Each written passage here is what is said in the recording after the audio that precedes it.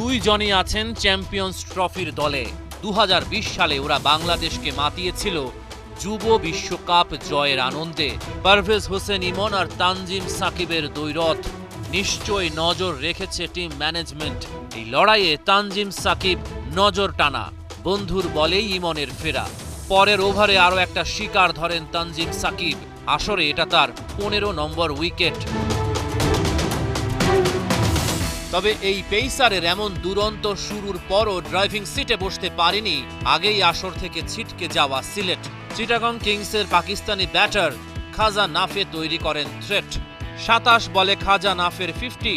এদিন চিটাগং কিংসের কাপ্তান মোহাম্মদ মিঠুনও আগ্রাসী। 30 বলে 53 রান করে আউট খাজা নাফে। 35 বলে মিঠুনের 50।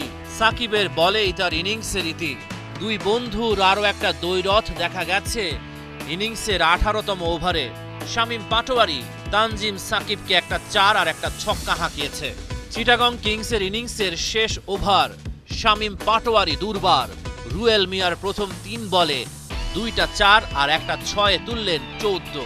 23 বলে 38 রান করে শামীম রুয়েলের বলেই আউট হলো। চিটাগং কিংস সিলেটকে 197 রানের টার্গেট দিল।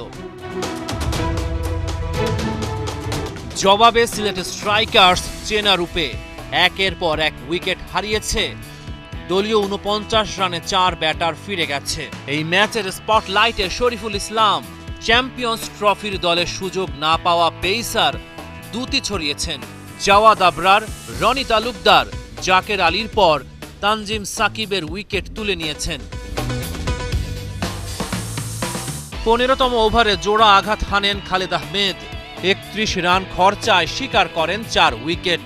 100 রানেই গুটিয়ে যায় সিলেট। 3 ওভার 2 বলে 5 রান দিয়ে শরীফুল তুলে নেন 4 উইকেট।